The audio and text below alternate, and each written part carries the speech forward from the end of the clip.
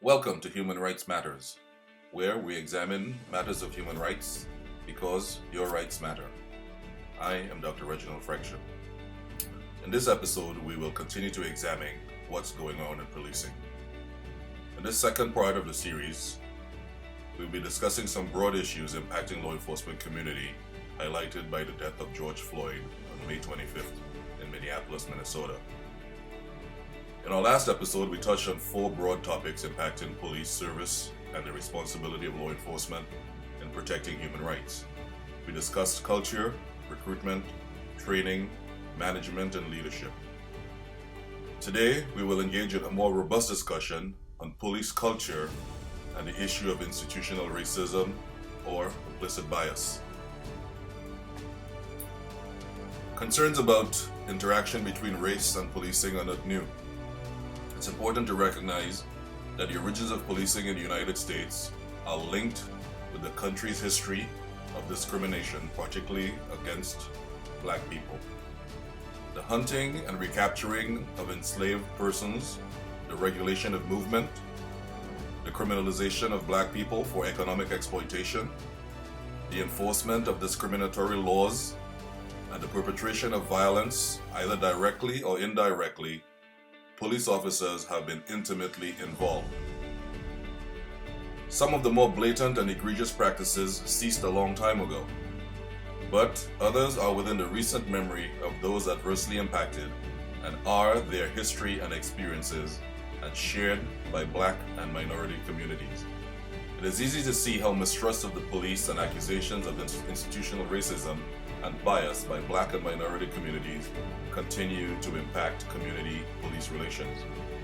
There are many recent examples, and action by the U.S. Department of Justice through consent decrees suggests and find that there is a pattern and practice within some law enforcement agencies that racial animus by the police may not be a thing of the past. Again, we do not claim to have all the answers, but we recognize that there needs to be an ongoing dialogue surrounding the many instances where citizens of color have died at the hands of police and the challenges within law enforcement community. In the last episode, we introduced the participants and their credentials as former law enforcement professionals, so we'll skip that portion and simply reintroduce our participants. Today, we are again joined by Maurice Davis, Mike Brown, and Lee James. However, today we are joined by one more participant, Kerry Watson. Kerry is a retired 20-year veteran of the Prince George's County Police Department.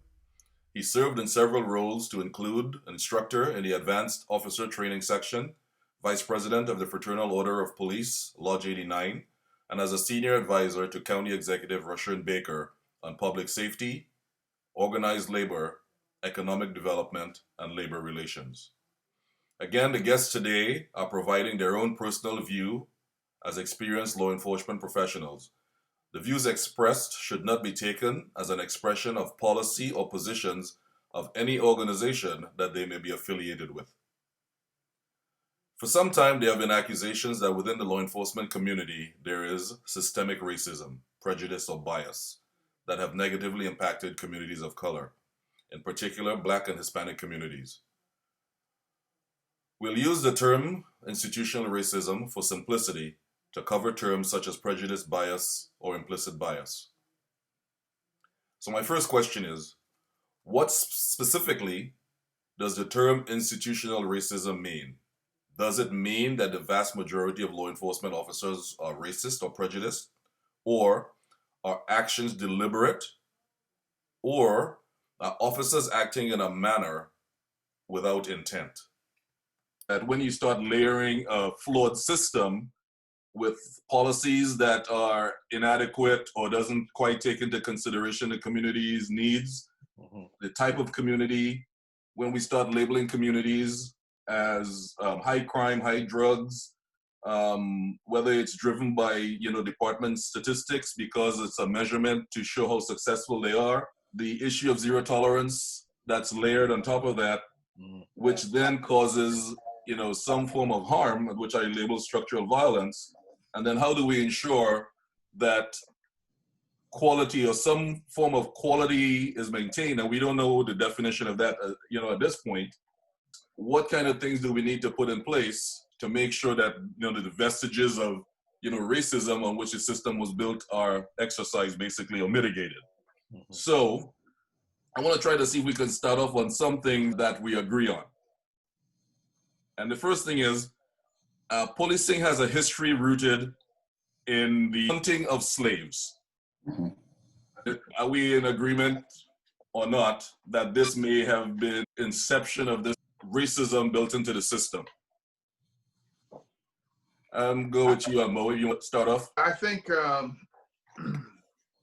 if you go back to Sir Robert Peel and you start talking about how we got to the point where we had formalized patrols, certainly the patty rollers and the chasing of slaves had something to do with how we started to learn policing, because we had to keep the slaves under control. We had to intimidate them, put fear in them.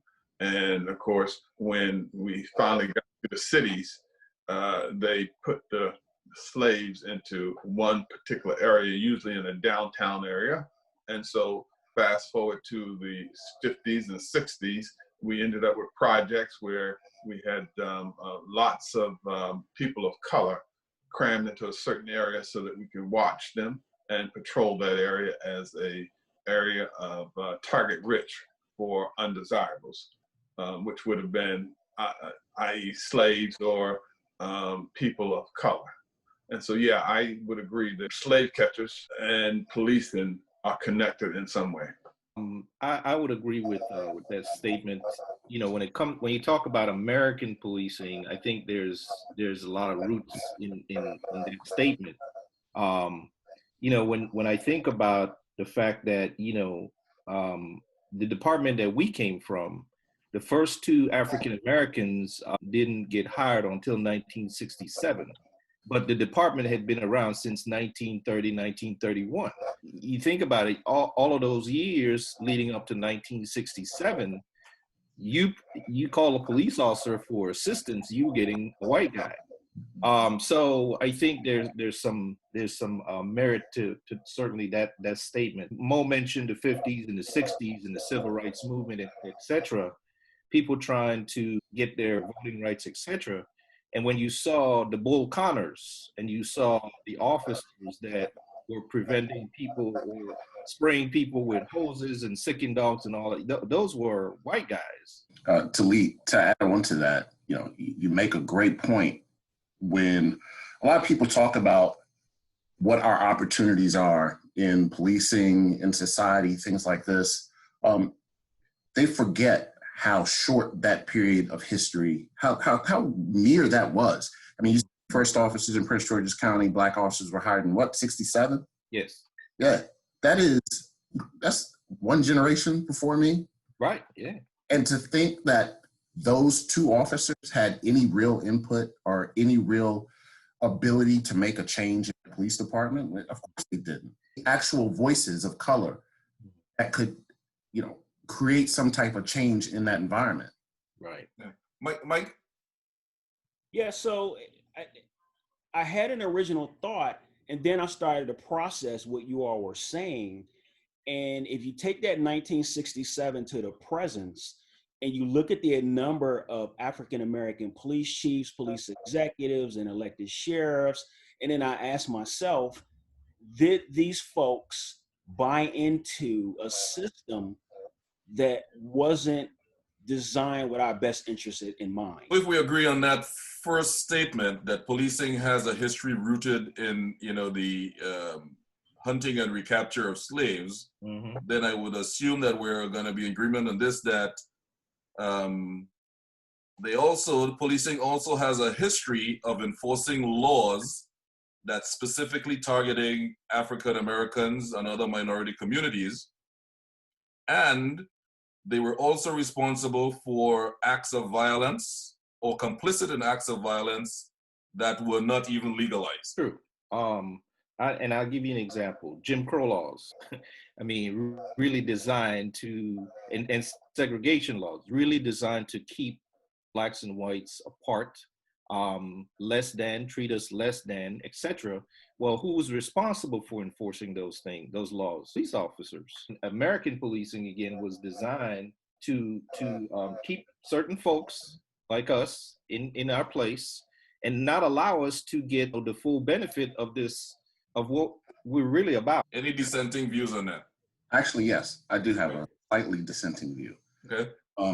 I would make an argument as not only to do with race, it might even more have to do with money, socioeconomic factors. Mhm. Because if you look at neighborhoods, let's use neighborhoods in Prince George's County, like Woodmore, you don't see police patrolling the streets because there's not very much crime. It is a high income area. You don't see violence, and you don't see violence from police officers on Black folks. Mhm. Well, I'm talking historically. Historically, you're right. You're right. But I think the source, the root of it, has a lot to do with money. And if you have money, you're less likely to be impacted. But you said something to me once, not too long ago. It's one thing to be poor, and it's another thing to be poor and Black. Mhm. Now, the issue is whether you're wealthy or poor, and you're Black, you're looked at by society as expected to be poor. Historically, I think if you have money, you're less likely to be impacted by those things. The problem is Black folks are more likely to be poor than by ratio than anyone else. Let me ask this other question then. If we have the roots of a system designed to disenfranchise or target Mhm. minority or non-white communities, and the argument from either individuals or as a collective that there's no systemic racism within law enforcement, can anybody suggest a point in time where those attitudes from the 1800s, 1900s, or even to today, and where those perceptions, attitudes were exercised from the system? No, I don't think we can say that. The struggle continues. We've been in a struggle from the time Africans were brought to the shores of the United States or the West Indies, as a matter of fact. And a lot of that was going back to what Kerry said, was based on economics. They needed labor in order to work the fields, whether you're talking about cotton or whether you're talking about tobacco. So I would say that the struggle continues to today. Yeah, so Reggie, I would say I would agree with that too. There's not a time where we could say that it was not exercised. The thing about racism is it has a way of metamorphosing itself. It changes. It may look overt at one point and then it hides at another point. And if you look at our institutions, it's embedded where you have to really look to find it, but it's there. If you look at in terms of promotions and business loans and how people are treated in certain other businesses and policing, it might look like one thing, but it looked like something else. In the 1970s, late 1970s, we had affirmative action. Affirmative action was so that we could make sure and ensure that people of color had an opportunity to find themselves in a leadership position. And you mentioned earlier, you said that you hired your first Black person in Prince George's County back in the 1960s. In my department, it didn't happen until the 1980s. So that's real close. And my department has been in existence since 1868, So, there's not a time that I can see or I understand that racism did not exist in this country as far as I can tell. And again, in 2020, with so many people of color in charge of these agencies, you have to ask yourself, why is this still happening? Reggie, I want to just add on a little bit to that, if you don't mind. What we're actually seeing today, I know I mentioned, the struggle continues, but as far as I'm concerned, what we're seeing is consistent efforts to even erode the gains that we've made over the years. Or whether you're talking about the 21st century policing reform measures that the task force made, those things have been set aside by design. That is there's a purpose to set us back intentionally. You've got some experience in these, at least in implementing consent decrees. I want to go back to something that Mike Brown was talking about, where he mentioned that there's a lot of African Americans and other minorities being hired as chiefs of police or sheriffs, but this issue still continues. So even though there's been a push for more diversity within organizations, it still hasn't sort of rooted out those vestiges of bias within the system. Mike, I guess you were going down that road. You want to continue? Sure. My only guess could be is that if you come into a system that you don't fully understand and you buy into that system, then you'll continue to get the same thing. And it's interesting because more of our people of colors in leadership positions have more formal education, but they still started at the bottom and rose through the ranks within a system that they probably didn't fully understand from a racial impact point of view. I want to just add something. One, I remember it would be 1991.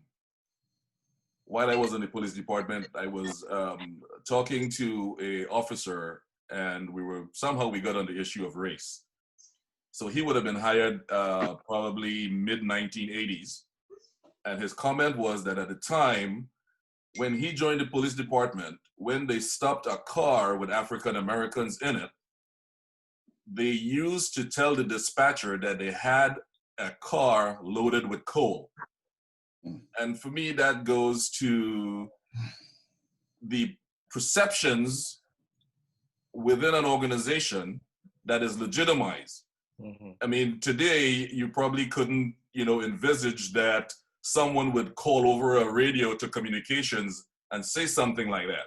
So to go to Kerry's earlier point, there's this sort of attitude now that these things were removed a long time ago. It doesn't exist. But even after the 1960s, when you hired the first, in the case of Prince George's County, or even until the 1980s, this sort of attitude was still sort of, pervasive, I would say. Unless something changed, I'm still a number one male. Exactly. So if these issues of diversity are being addressed, it hasn't rooted out the perception that there's still bias built into the system.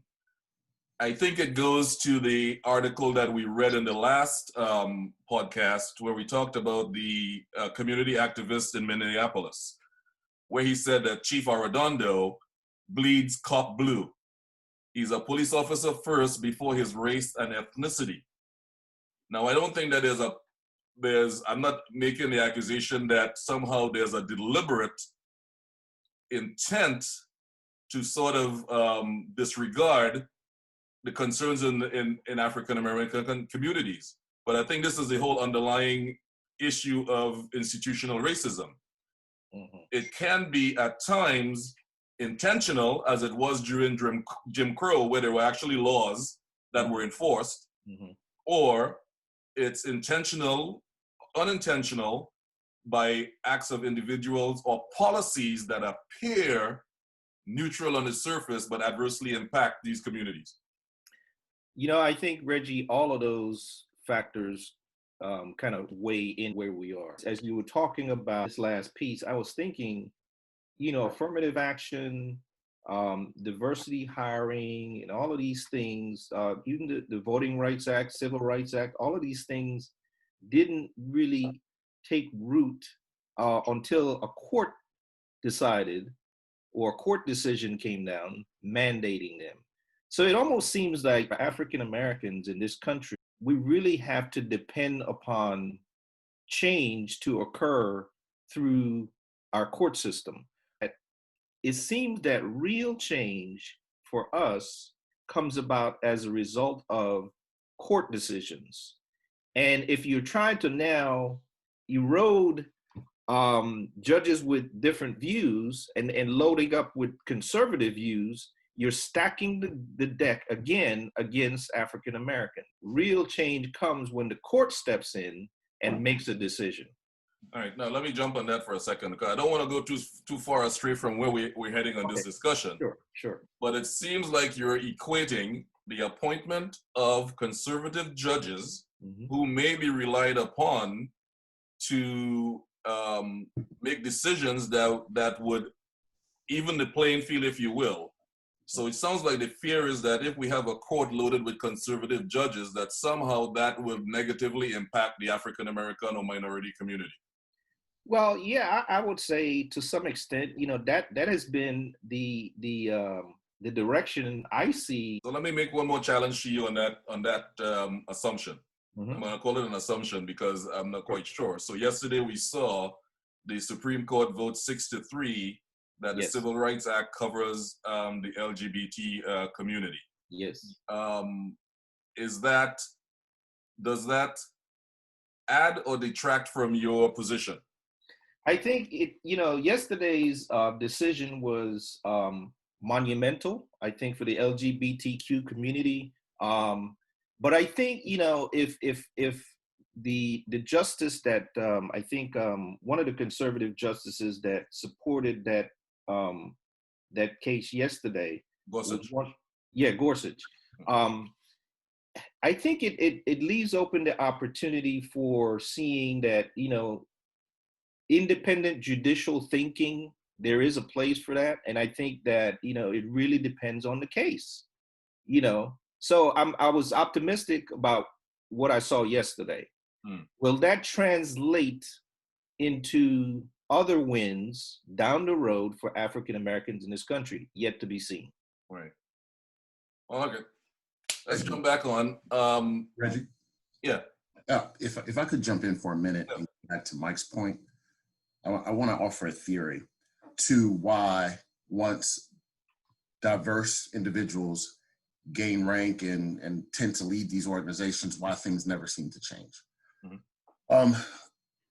I've tried to equate, and in some of my writing, I've tried to compare police agencies with corporations. And when you get a corporation, they have kind of an ideal. They offer to succeed in this company, there are things that you need to do, things you need to believe in, things you need to support. Police agency is no different than that. So you can come into a police agency with great education, great awareness, understand communities, have empathy and sympathy and understanding for the things that you're facing. But to succeed in that organization, you have to be completely engaged in it. You have to understand the rules of the organization. You want to get promoted, you have to obey and agree with things that are coming from above you. And systematically, as you gain rank, if you're not abiding by those rules, you will not get to the place that you ultimately, if you're ambitious, want to go. If you become a naysayer, if you disagree, you will be held back. So your ability to make change disappears. Once you get there, you've gotten there because you obeyed the rules of the organization. You want comparison, you became CEO because you did what the company expected you to do as you rose. So you lose your ability to think differently. If you try to change, you will be held back or pushed down. So, what we have to start doing, and this is hard to do for people, for humans, all humans, is to reward people who think differently. Reward people who want to make a change and can articulate and train people as to the reasons why things need to change. Because ultimately, we have decided that in order to grow, you have to be the same as everyone that came before you. Okay. So let me hold you there for a second. And I guess I want everybody to kind of jump in on here at some point. So listening to what you're saying, or what's been said, there's a couple things that are coming up. We've had the diversity issue trying to be addressed. We're hiring more, minorities, females, African Americans. They're getting into more leadership positions. We're having a big discussion now about police reform.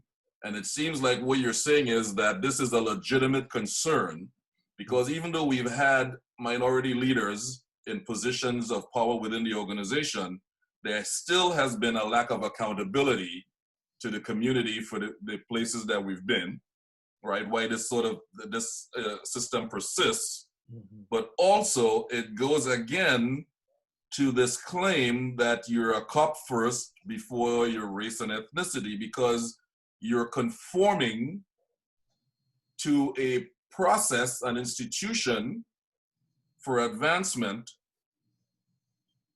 without really addressing the concerns of reform, because we've been talking about reform within law enforcement for a long time. So this seems like a really sort of a cyclic sort of situation. I mean, so what is the end result? Because at the end of the day, we're talking about accountability to the community, right? So how do you get individuals within an organization or an organization to inform or implement policies that address this sort of systemic bias within the organization? So Reggie, you started off your question by talking about a chief that bleeds blue, and I think the answer is in that question. What does it mean to bleed blue? Does it mean that you have a separate and distinct organization from the organization? Is that some type of code that says that we take care of each other, but we don't obey the law, we don't obey the rules of society? Does it mean that we are separate and distinct from them, like in an us and them situation? So that's something that needs to be answered. What does it mean that you blue? Now you could say, well, yeah, we all former cops in one way or another, and so we all have this fraternity, sorority type of feeling, but it doesn't mean that because we are friends, because we work together, it does not mean that we can just ignore the community that pays our salary and that put us in place.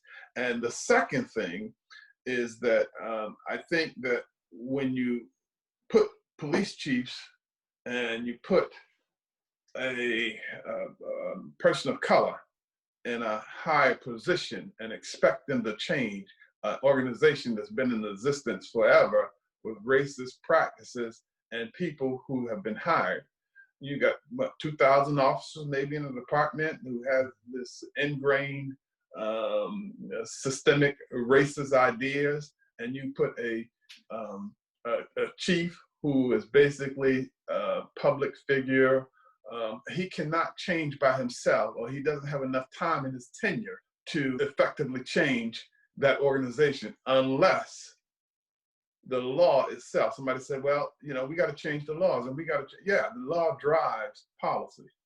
And that's what needs to happen. That's how you're going to change that organization. It says, this is the law, this is what you're expected to do. And now that chief has a chance, because now he doesn't have a choice. He has to comply with the law by creating policies that support the law. So you're saying that with the reform within the police department or within law enforcement community needs outside intervention? Yes, absolutely. Because the police chief can't do it himself. Look at the data. How many African American people of color police chiefs are in place, and this is still happening?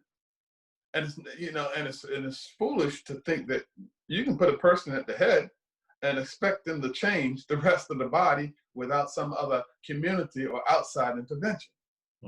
Right, Mike? It can't happen. You just got a police chief who's detached from his majors, colonels, lieutenants, sergeants, corporals, officers who have these ideas, and he comes in by himself, or she comes in by herself and tries to change that. And you're expecting to change that department by yourself, when there's an element in the community that also supports the status quo.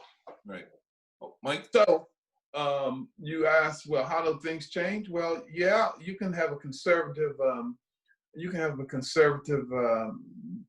Supreme Court, but we've had that before, and God has provided us with beautiful minds that were able to come up with arguments that was public arguments to challenge those ideas, and we prevail because right is right and wrong is wrong, and right always prevails.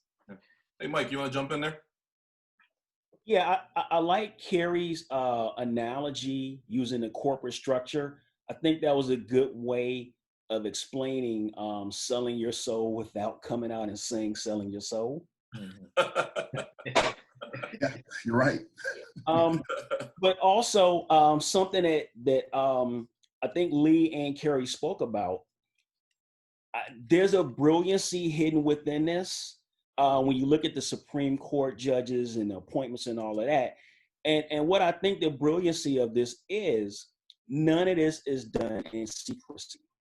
Everything that's done, it's all being done right in front of us. We're just not paying attention. Reggie, I want to speak on the question you asked earlier regarding chiefs, minority chiefs in particular.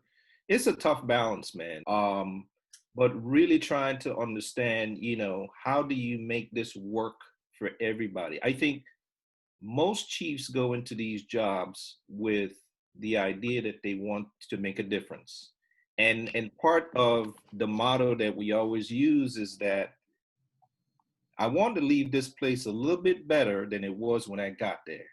And so you try to work try to understand your constituencies, what are the needs, and then you try to work to make those things happen. Whether you're talking about the community, whether you're talking about your bosses, or whether you're talking about your officers, that it's a tough balance, because what eventually comes about is the reality of the culture of the organization that you're in. One of the biggest things I learned is that you've got to listen to people. You really have to take the time to listen to what people are asking. What are they really asking you for? It really is overwhelming for minority police chiefs to think that they can go into these organizations and turn them around. Most police chiefs, the average is 3 to 5 years in office.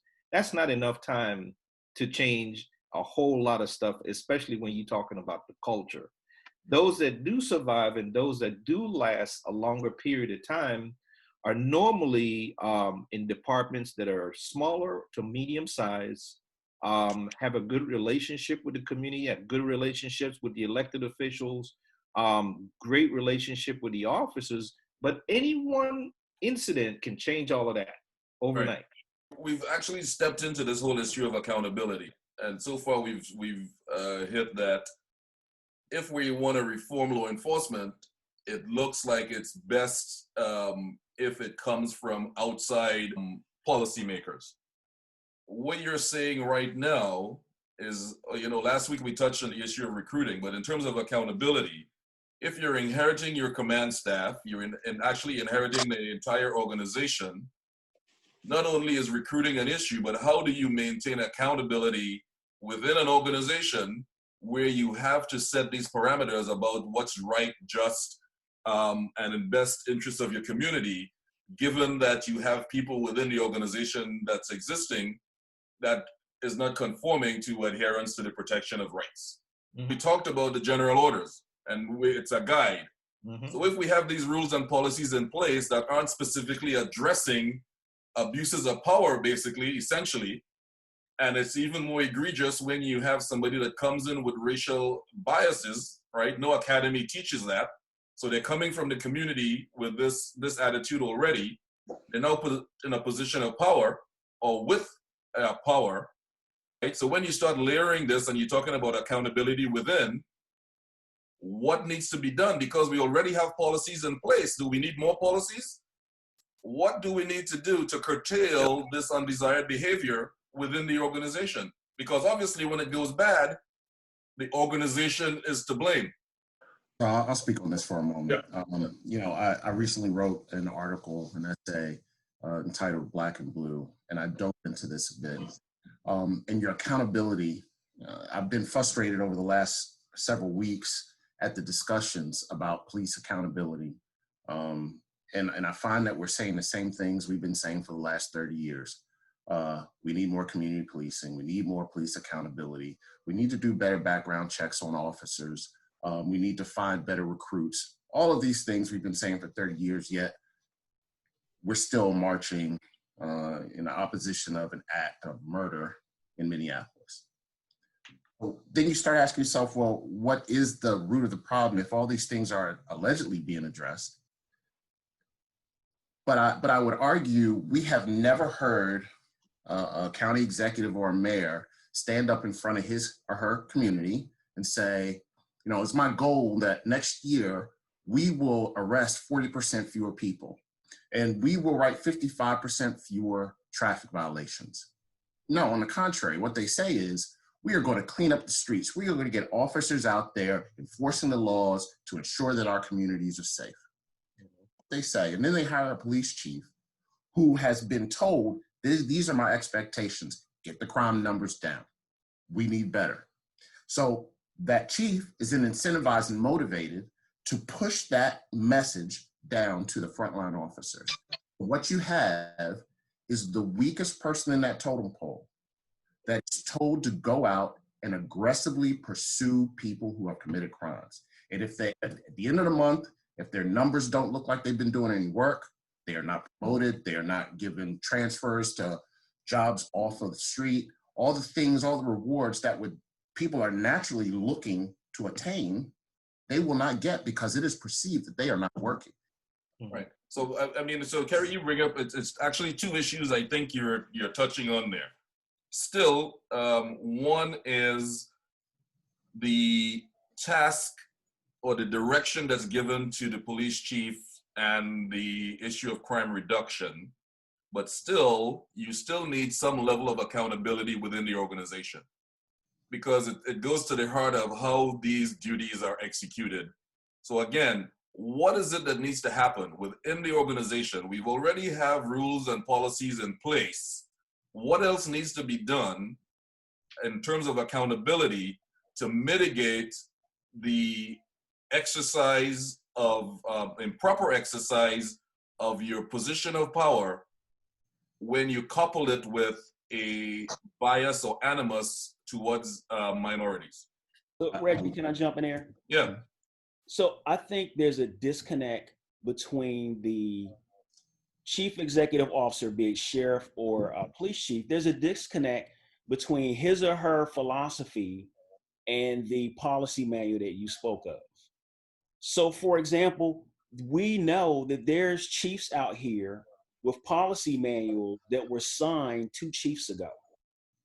So does that chief's philosophy on policing, is the policy in line with his or her beliefs, or is the policy manual just something that's there because it's always been? I know, but again, what do we need to do if we're talking about accountability? So if we're talking about accountability, what else needs to be done other than policy to make sure that people are conforming to the things that we want to see, where they're not abusing their positions of power in minority, poor, disadvantaged communities? The chief or sheriff needs to set the tone, and it needs to come from the top and filter all the way down. But isn't that what's happening now? No. Again, there's that disconnect. What's happening now is we follow this policy manual and we make decisions based on the manual as opposed to what's right or what's expected from our leadership. Mo, you're saying something. Yeah, I was going to say what needs to happen now, because we've tried that. We put chiefs in place, and just as Kerry was saying, I believe it was Kerry, that he tends to be an island by himself trying to change a massive organization with thoughts, ideas that's been around for years. I think the answer is in what the public is doing right now. All the protesting, it's a scream. The protest is a scream saying, we want accountability, we want reform, and we want it now. Why should we wait for you? We've been waiting. We waited through affirmative action, all this community policing, and all this other stuff, and it has not changed. So to answer your question, I think that what needs to happen is the mayor, the city council needs to get behind the police chief and says, go in. This is the idea. These are the ideas. Clean out whoever you have to clean out, but blow it up. And I think the right idea, even though I think some people are too radical about defunding the police department, what they need to do is I think they need to think about they're on the right track by saying some services police don't need to do. I agree with that. And so we need to identify what is it that you want police departments to do. Well, one of the things I hear you saying, it sounds like you're talking about discipline. If you're Well, talking me? about growing up the system, yeah. No, I'm actually talking about accountability, being accountable to make change in your police department. And yeah, I guess you could call it discipline, getting people out who have the wrong thinking. The time is now. We don't have time anymore to have men of color die at the hands of police anymore. So we want change, and we want it now. And whatever we have to do, we have to be rigorous enough with ourselves, the mayors, city councils, to say, go in, get the right people in place, get the wrong people out of place. What is the problem with discipline at this point? Is it not happening enough? Is not severe enough punishment?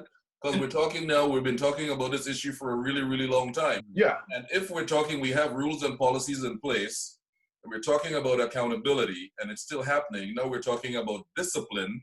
Mm-hmm. What is it that's lacking in the current discipline structure that will improve the current circumstance? What's lacking is that, go back to the conversation about we bleed blue. We're taking care of people, and we are kind of winking at things that we shouldn't wink at. Mm. We see an officer, if we see a commander, we see somebody that indicates to us by their behavior, by their thoughts, that they're on the wrong track. We need to address it right then and there. We don't need to cover it. We don't need to hide it. We don't need to. We need to deal with it, and dealing with it may mean discipline, because I think that's what the public wants. They want us to do something different, and that doesn't come easily. We just need to make sure that we're rooting out those ideas about old-time policing and come up with a new model. But we need to make sure that we're doing what the community expects us to do, and we have to figure that out. What is it you want police to do? A couple points. When I was on the department, I was in charge of the consent decree and the memorandum of agreement that we were given by the Justice Department. 1 second, why don't you kind of explain consent decree for dummies, if you will, so everybody kind of understand what we're talking about. Okay, so the consent decree that we were given came at the end of a long investigation by the U.S. Department of Justice, where for years, in the late 80s, early 90s, there were a lot of complaints of misuse of force or abuse of police authorities. And so the police department was under investigation by the Department of Justice. And as a result of that, we were given a consent decree, which outlines specific requirements that we were to put in place to help us achieve some level of accountability to the community. And then we were also given a memorandum of agreement. By the way, the consent decree was specifically focused on the canine unit and the misuse of canine in a lot of cases around Prince George's County. And then the memorandum of agreement was more general, that addressed the entire department, the policies, the procedures, et cetera, training around use of force. And investigations and things like that. So when we received those two documents, they were court ordered. We were given these two documents, the consent decree and the memorandum of agreement. And I remember one phrase in particular that was used by both the police chief at the time and the independent monitor at the time in reference to what we're trying to do with the police department. And it had to do with accountability, and it was called changing the DNA of the entire organization. Right. Now, when you think about that, think about changing the DNA of anything. That's not an easy thing to do.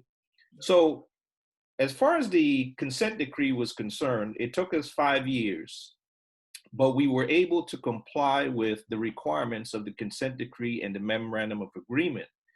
It made for, and by the way, the police department did that in concert with the community. It wasn't the police department by itself, because the community had input as well as the department.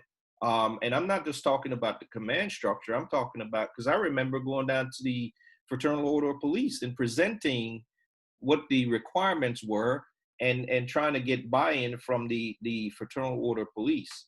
And for the most part, I think our department, when I look back on that era where we went through a consent decree and a memorandum of agreement, a lot of the things that were implemented, better reporting when it comes to use of force, better investigations, your special investigative response team, all of these things came about.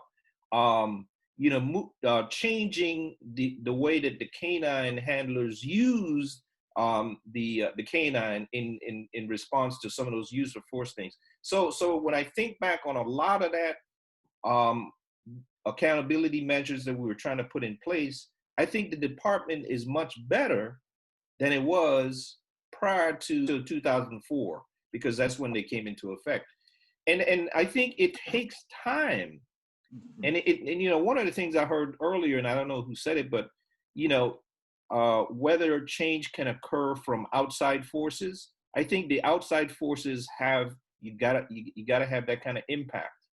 But I think most effective change will come when we continue to have people on the inside, on these police departments, that see the global picture and understand the global picture and can work within the structure that they're given, incorporating the community's views in order to make things better for everybody. So I'm hearing about defund and destabilize and dismantle and all this kind of stuff. I think a better term for me would be to redefine. And I heard somebody say it there earlier. Redefine what is it that you want the police to do, and then support that.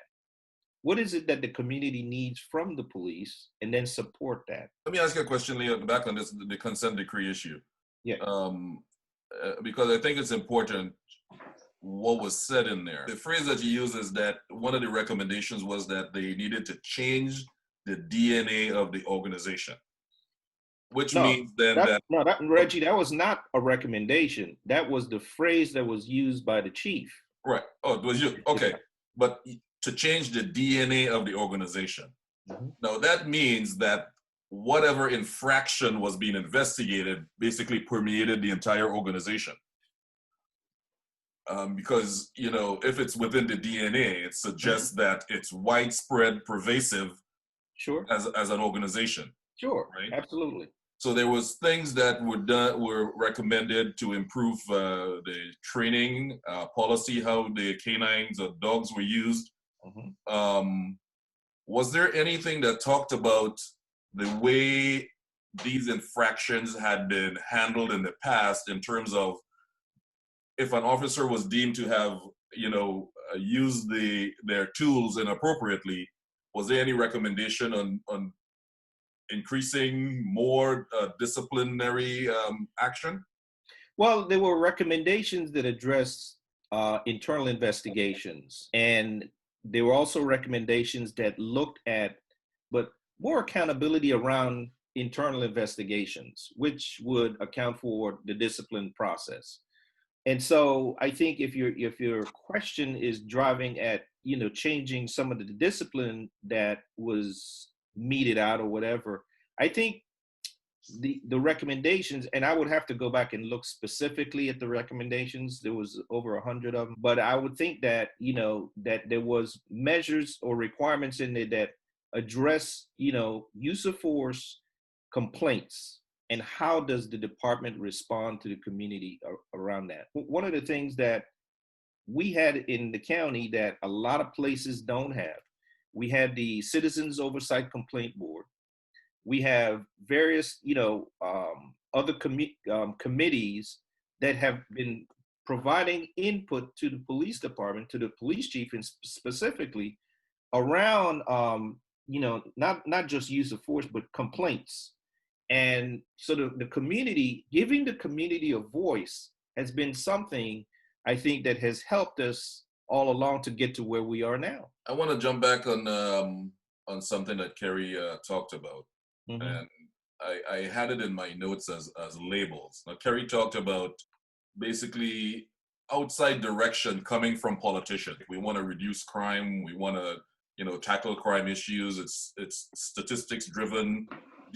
Does anybody see a harm or sees how that sort of thinking, and especially when you start labeling communities as a high crime, high drug community, when you layer that with an institutional form of bias, what impact does that have on the community as a whole when you start now labeling these communities like that? I think you are leading toward a very good point. I'll start out by saying what everyone has said is correct. All of those things are needed, but I think we would also agree, and please feel free to disagree, that not one single thing solves the problem. Not one single thing is the panacea.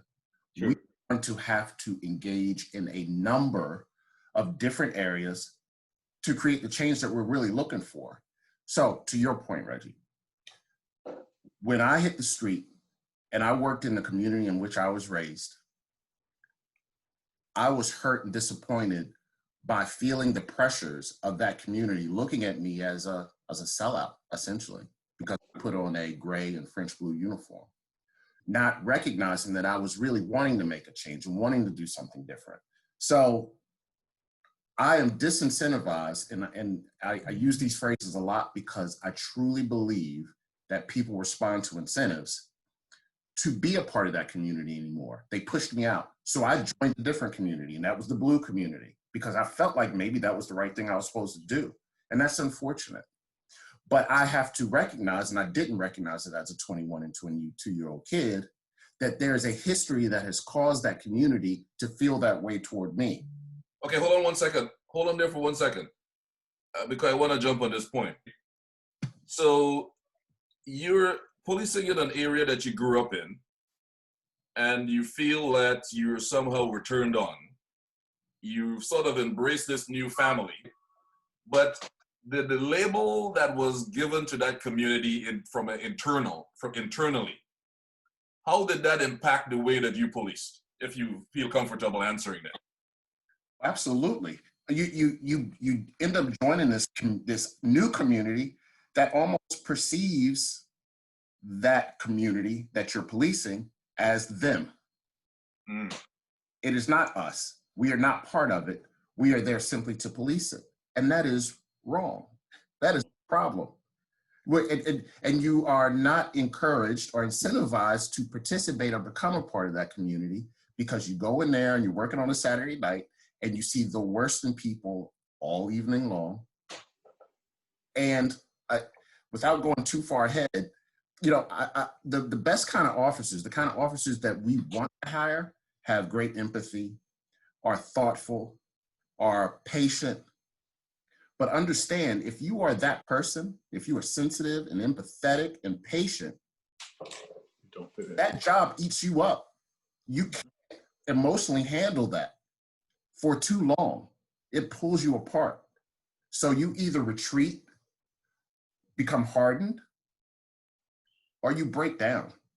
So we have to work on that part. And that's, again, it's just one part. And if a chief or leader is not willing to incentivize good behavior or encourage good behavior using incentives, people are going to just fall into the same thing that everybody else around them are doing. Yeah. Hey, Mike, you want to jump in there? I mean, this issue of labels and how you view the community that you're policing.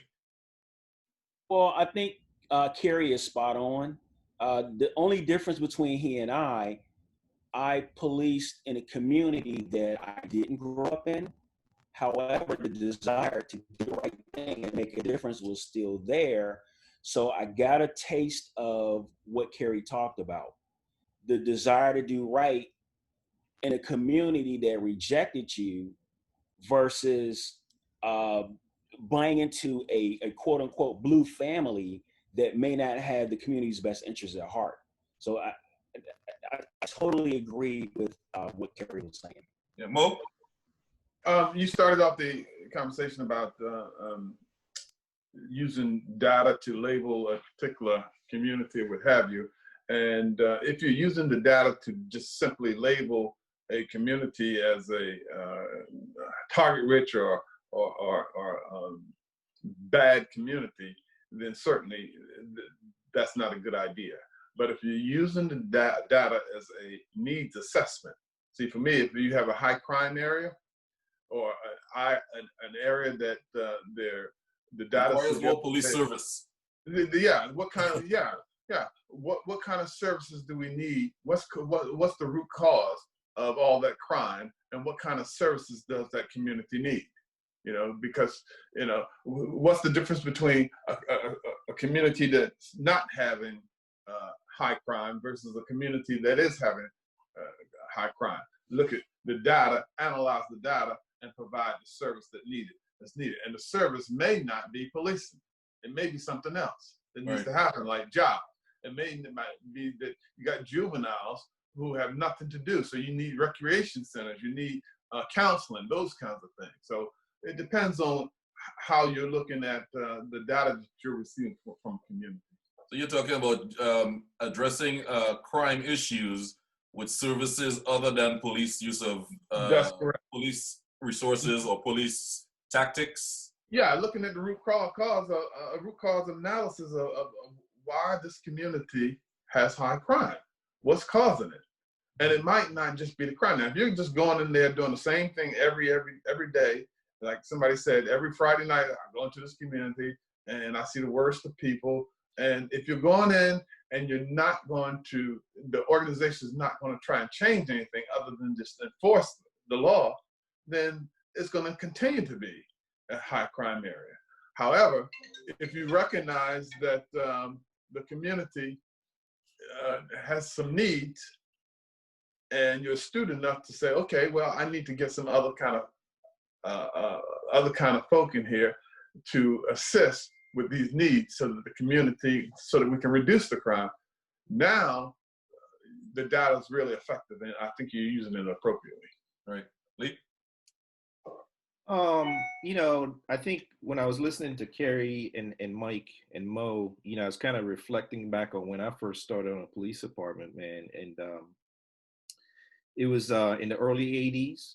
And a lot of the things that I was looking for was guidance from whoever my field training officer was. And I had one good field training officer that really taught me a lot about being on the street. He was a white man, but the one thing I did learn from this guy was that he cared about the people that he was assigned to police, and he knew his beat. He knew the people in the beat, and the people knew him. But I learned from a good FTO what this thing was really about in terms of relating to people, listening to people, going on these domestic calls and going on these calls where you have trouble with your teenager.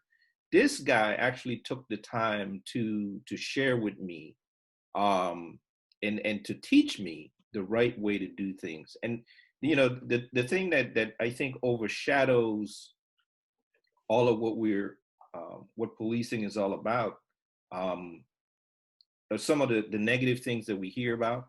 They take precedence.